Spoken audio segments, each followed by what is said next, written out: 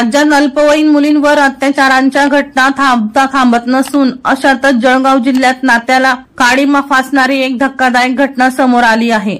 एरोंडल तालुक्यात वडिलांनी स्वतःच्या मुलींवर अत्याचार केल्याच्या घटना घडली।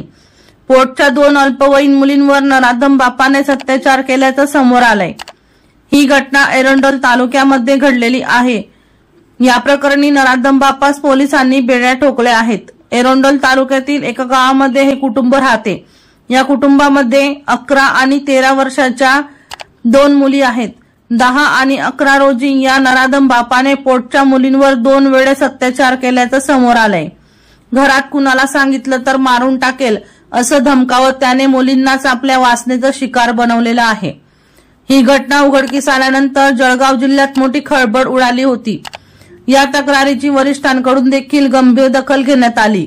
घटनेनंतर मात्र पीडित मुली पूर्णतः हादरून गेल्या आहेत। आरोपी विरुद्ध लैंगिक अत्याचाराचा गुन्हा दाखल करण्यात आला आहे। वर्षा लोहार यांचा रिपोर्ट V1 लाईव्ह जळगाव।